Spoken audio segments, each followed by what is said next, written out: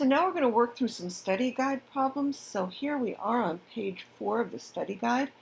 And the question is, are F and T tests ever appropriate to test significance in logistic regression models? And the answer is no here, because remember, the y variable is binary, 0, 1 variable. So that means that the standard deviation can be figured out directly from the count. It doesn't have to be estimated separately. And we only use F and T tests when we're estimating SDs. Here, we know it because it's tied to the count. Remember, so the SD, when you have just zeros and ones, is going to be equal to the square root of the proportion of ones you have times the proportion of zeros you have. So we don't have to estimate them. So that's why we don't ever use F and T tests. We only use Z and chi-squared like tests. All right, now let's look at this next question. It says, would you volunteer to be randomly assigned to the online or in-person section? I should have asked you guys that, because it would be great if we could do a randomized experiment to test the learning outcomes of people in the online versus the in-person. Right now there's a lot of selection bias. If we randomly assign, it would be great. So I asked that question on the survey, and I was, so let's do a logistic regression. It says 0, 1, y. Would you or would you not volunteer to be randomly assigned to in-person or online and now we're going to predict it based on section. Online is coded as 1 here, and L1 is 0. So, look at this right here. Do you think online students are more or less likely to volunteer? Well, it's negative here, and so they're going to be less likely. Why? Because online is coded as 1, equals 1 for section, and slope for online, or for section, is negative. So that means as you go from, an increase of 1, going from x equals 0 to 1, from L1 to online, means that you're less likely. The log odds are going to go down and volunteer. What's the probability that an L1 student would volunteer? So L1 is coded as 0 here, so the log odds would just be negative 0.5261. This section is 0. So that means the odds would just be e to the negative 0.5261, which is equal to 0.59. That's the odds, but what do we want? Oh, we want the probability. So the probability is equal to the odds over 1 plus the odds.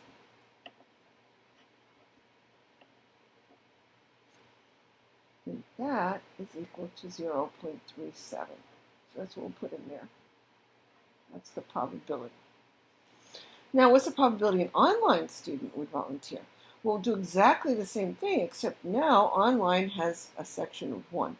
So we get the log odds, predicted log odds. For the online student, it's going to be negative 0.5261 minus 0.7267 times 1. And we get negative 1.2528. So that means the odds are equal to e to the negative 1.2528, which is equal to 0.29.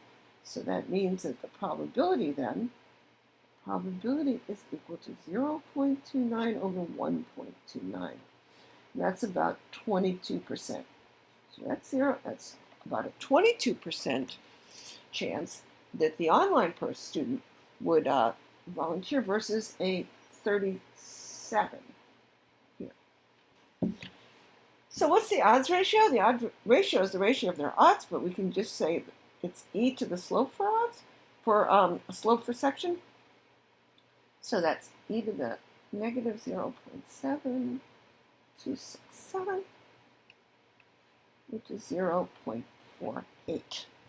Now, if we switch the coding to online equals 0 and L1 equals 1, what would change? Well, the odds ratio would change, but the odds and the probabilities aren't going to change just because we switch the coding. Let's look down here. You can see. So here's the table showing the responses. And what are the odds for L1? Well, the odds for L1 will just be success, yes over no's.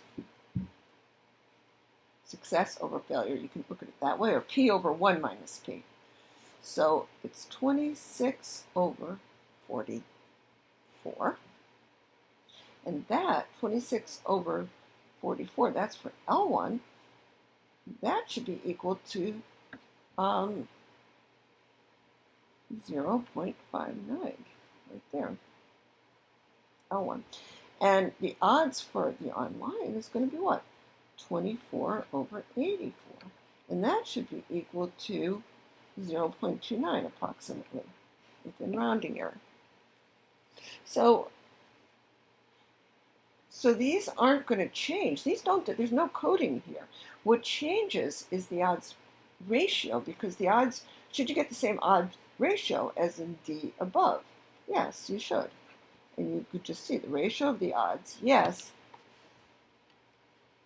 So the odds ratio given above was online over in person, because they were coded as 1, so that's going to be 0.29 over 0.59, and that should be equal to 0.48. But if you switch the coding, you just get the reciprocal of that, and that would be e to the positive 0.7267. So that's the idea there, and let's move on to the next page. Okay, so now here we are. A third question on the same survey was, how many people have you been in a serious relationship with? So now we're moving on to multiple logistic regression. And the chi-square test for the overall regression effect that all the betas are equal to 0 yields a chi-square, this big chi-square stat. How many degrees of freedom? Well, how many parameters do we have? We have B0, B1, and B2. So we have the number of parameters is equal to 3. So the degrees of freedom is always, for chi-square test, the degrees of freedom is equal to the number of parameters minus 1. If we're talking about groups, it's the number of groups minus 1. Here we have these slopes, it's P minus 1.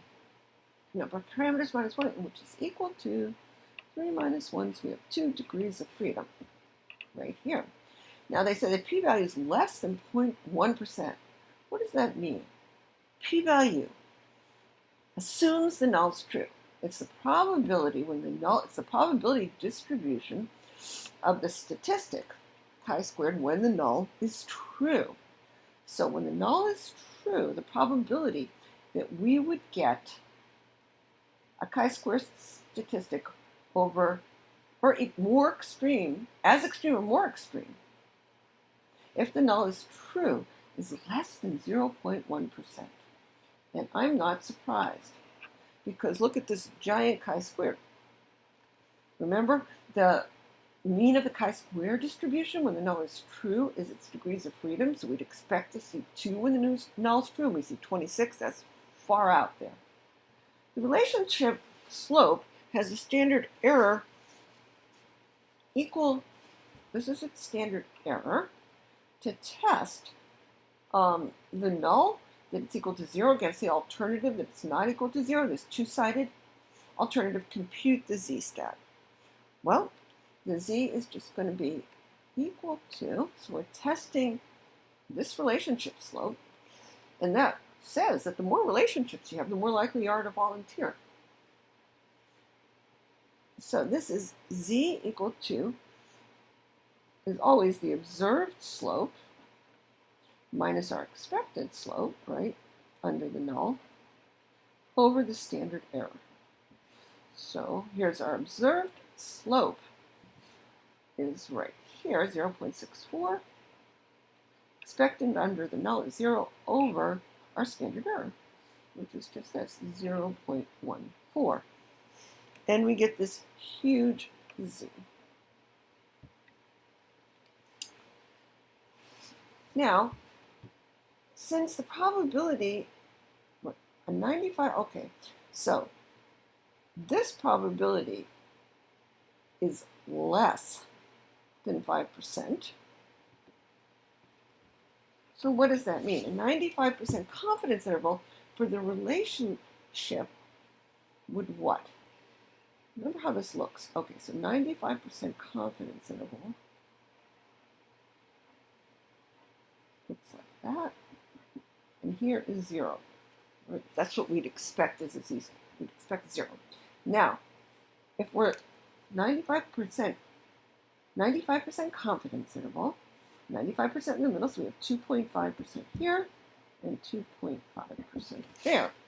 And that would correspond if we have our p-value is less than 5% for a two-sided. So that means that it's less than, it's either out here or out here. So the confidence interval for the relationship slope would be out here. Would not include 0. It does not include 0. Now, the odds ratio for the relationship, this is just e to the relationship slope, and the relationship slope we have right here is 0.64. For the section, it's negative 1.03.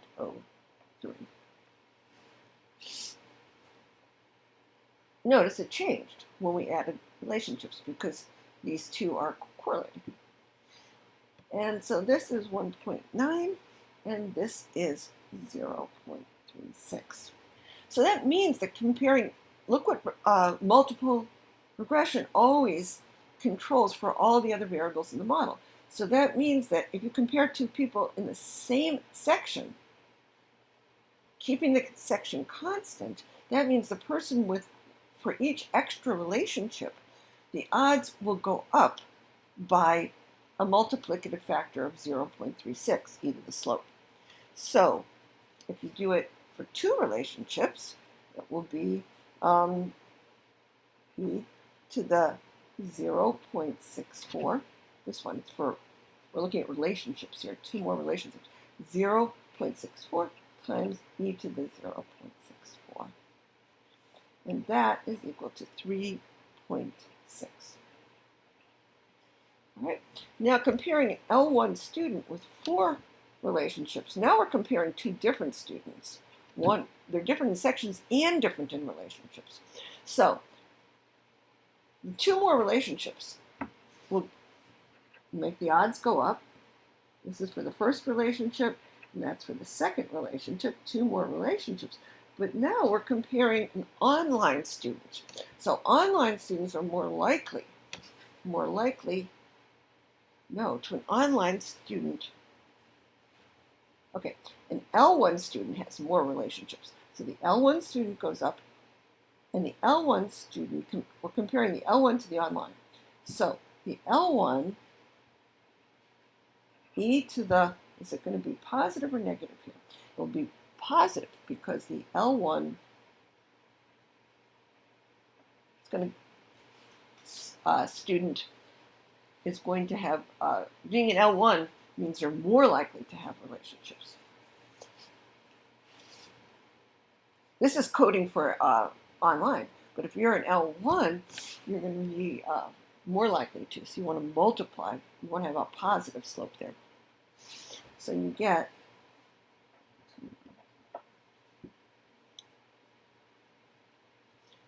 so it's 1007 times the odds. All right, now what's the probability an L1 student with 10 relationships will volunteer? Now we want to do the probability, so we have to go through the rigmarole where we first do the log odds, right? We do the log odds is equal to negative 1.33 plus, it's an L1 student, so we don't put anything in for section because it's coded as 0, and it's 0.64 times 10 relationships, and we get 5.07. And then that's our log odds. Then for our odds, what do? We exponentiate that, e to the 5.07, and then we get a probability, which is e to the 5.07 over 1 plus e to the 5.07. And that right there is 99%. Or you could write 0.99. Remember, it's going to be multiple choice, so you don't have to worry about. They'll just be you'll be able to tell what the it's much easier. I'm not going to put one choice as 0.99 and another as 99%. I would just give you one of those choices. So would the log odds equation for part 2 change if we reverse the coding? So, yes, it would change. Where would it change? We reverse the coding for section. So we just go to section, and what would happen is just that that sign would change if we change the coding. So, yes, it would change. It would, the log odds for here, there would be some intercept. I should have told you, you don't have to worry about the intercept. There would be some intercept that would change, but let's not worry about that. I'm just interested in the slope, so it would change to positive times section, and the relationship would stay the same. So this right here would change signs.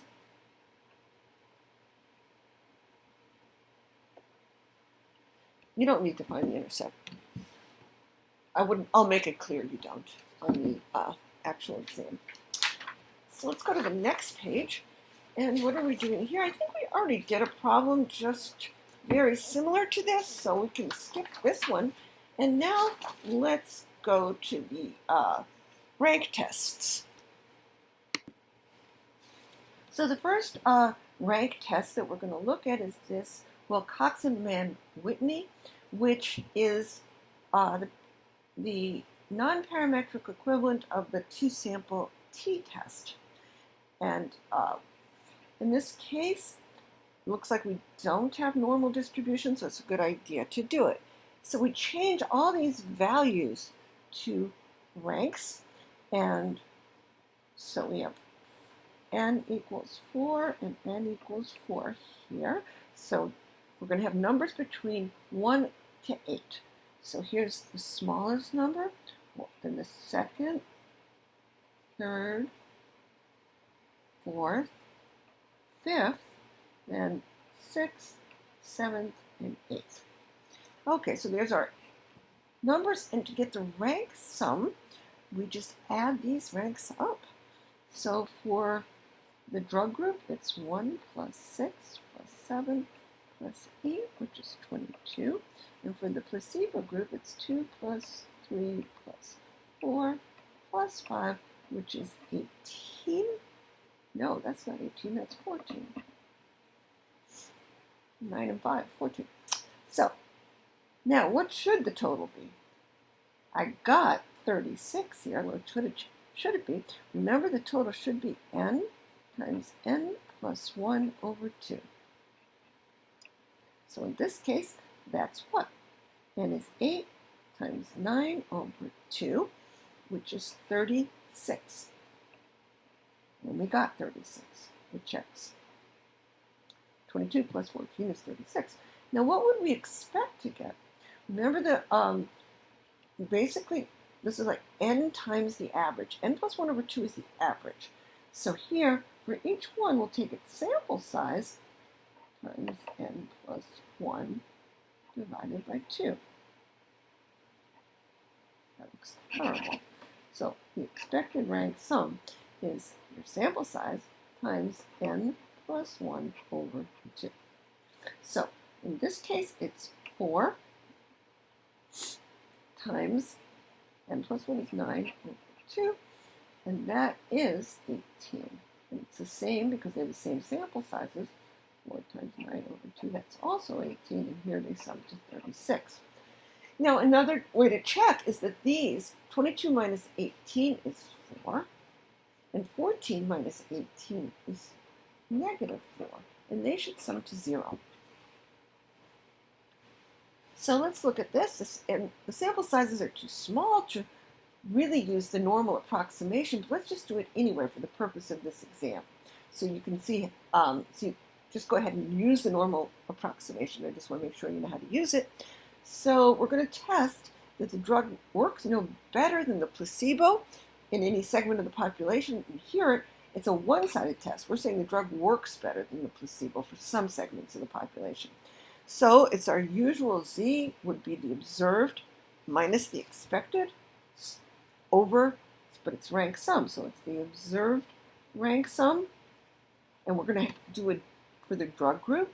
So it's for minus the expected rank sum for the drug group over standard error of the rank sum. So we have the observed is 22 minus 18 over the standard error. This formula is going to be given to you, so you just have to compute it.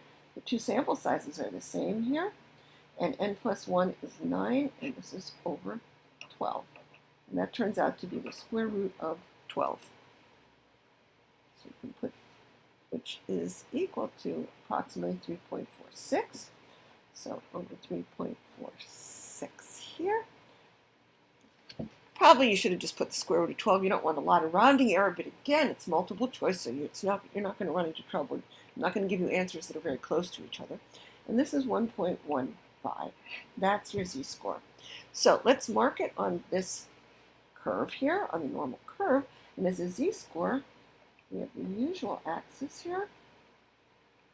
And as an rank sum for the drug, we would expect 18 in the middle here, and we got 22, and 22 happened to be right here. So that's 22, and that gives us a z-score of 1.15. So now what we have to do is just use the table, because that's what you'll have, to find out what the area is, because we want to get a p-value that's one-sided. We're going to get that area right there. So we have to look up 1.15 on the normal curve here.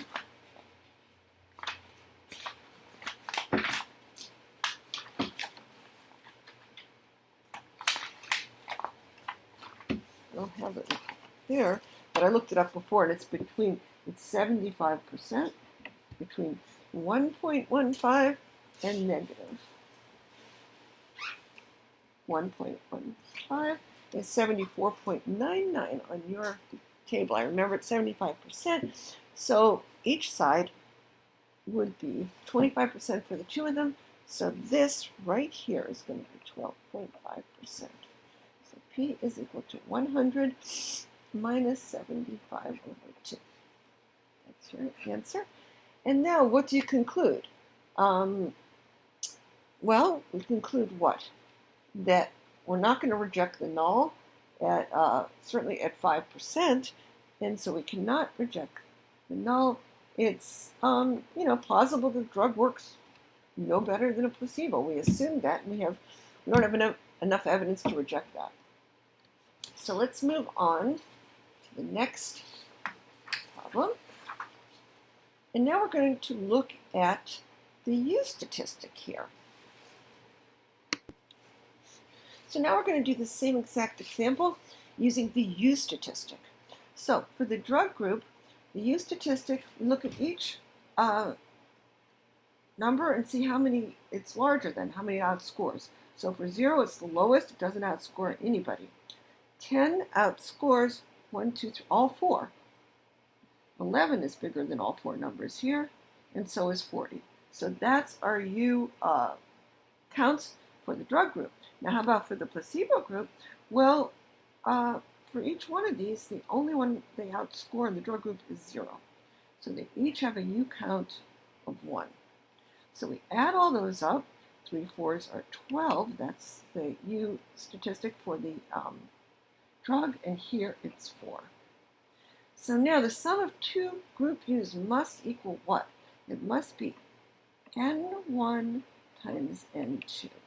And here N is 4 for both of them. So we have 4 times 4 equals 16. So check, 12 plus 4 is 16. Now, would you get the same z-stat and p-value using U? Yes, you do. Exactly the same. U for the drug will be exactly the same as R for the drug. And U, so let's say why. So what is the expected, remember what U is going to be. U is going to be, we already got it as 12. And so if we're trying to get a z-score, what's z going to be? Z is going to be the observed U minus the expected U over the standard error for the U. Now the observed we have is 12. What's the expected U? The expected value for U is what? The expected value for U is N1 times N2 over 2, because we expect half of them, half the pairwise matches, if you want to look at it that way, to be won by this group and half to be won by that group. So there's 16 altogether. You can think of each player on this team playing each one of those players, and we have 4 times 4 matches, and if the null is true and the groups are randomly assigned, we'd expect half to go to this team, half to go to that team. And so in this case, we'd expect 8 for each. So we have 12 minus 8 over the standard error for the U is the same as the standard error for our, it's the same as standard error for our rank. And so whatever we got last time, we got square root 12 by that formula, we can use the same thing here. So we have the same exact difference here, 12 minus 8 over the square root of 12. We can look back, and we did the same thing. 22 minus 18 is 4 over the square root of 12 is 3.46, so we'll get exactly the same thing. And, and of course, what's opposite signs is these two will have opposite z-scores and the same p-values, as well as if you did computed z-scores for the drug ranks. If we computed z-scores from the rank sums for the drug and the placebo group, we'd have to get 22 minus 18 versus 14 minus 18. So 4 on the numerator or negative 4. So that's where the opposite z-scores come, same p-values. Now, I think we're done there. Now, there are 3 forms of this final, supposing at the grading meeting I randomly select 9 finals and grade them with these results. So now we have 3 groups. So we have to do this Kruskal-Wallis test, which is the non-parametric equivalent of ANOVA. So change them all to ranks, and I deliberately put them in order here. So this is the smallest.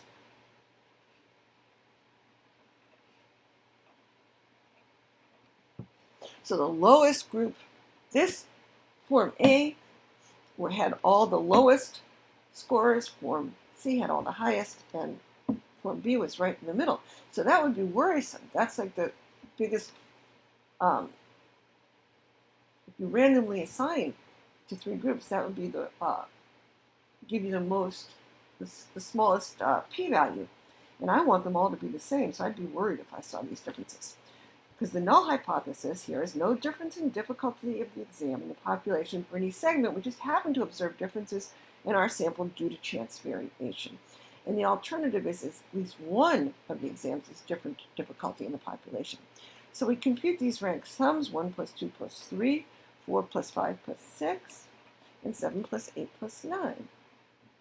And they must sum to what? The sum of 9 is the n times n plus 1 over 2, n times the average. And in this case, we have 9 times 10 over 2, which is 5 times 9 is 45. So make sure that these do sum to 45, and they do. So now what do? We got this h-stat of 7.2. So would any other arrangement of 9 numbers into 3 groups of 3 yield a higher h-stat? Remember, a high h-stat means big differences. It's the sum of the observed minus the expected. So the bigger your h-stat is, the more unlikely it is. And here we have about the biggest h-stat we could get. Because there's only one way to get this, all the lowest people. It looks like this is the easiest, and this is the hardest exam. You have the lowest scores, and this is the easiest. And it looks like that's the biggest difference you can get. So you can't divide them up any other way. So the answer is to make bigger differences between the groups. So for large enough samples, we can best approximate the distribution of H with what? A chi-square. Why not a Z or T? Because we have 3 groups. And Z and T can only be used with 2 groups. More than 2 groups, we're going to have to use a chi-square in F. So why not in F? Because once you put this data into ranks,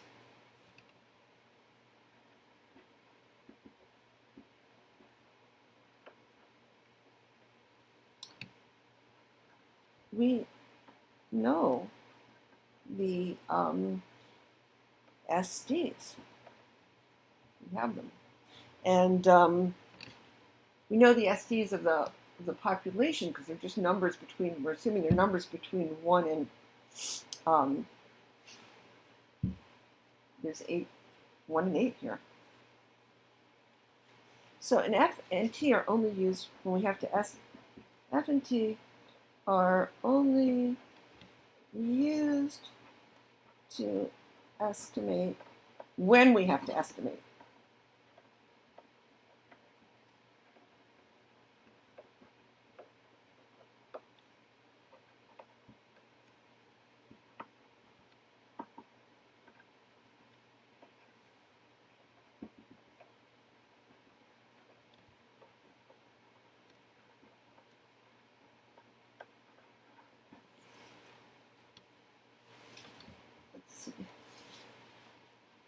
You see that? Yeah, once we change to integers between 1 and 8, then we know the SD of the population. So that's done, and let's see what else. The last thing is the Spearman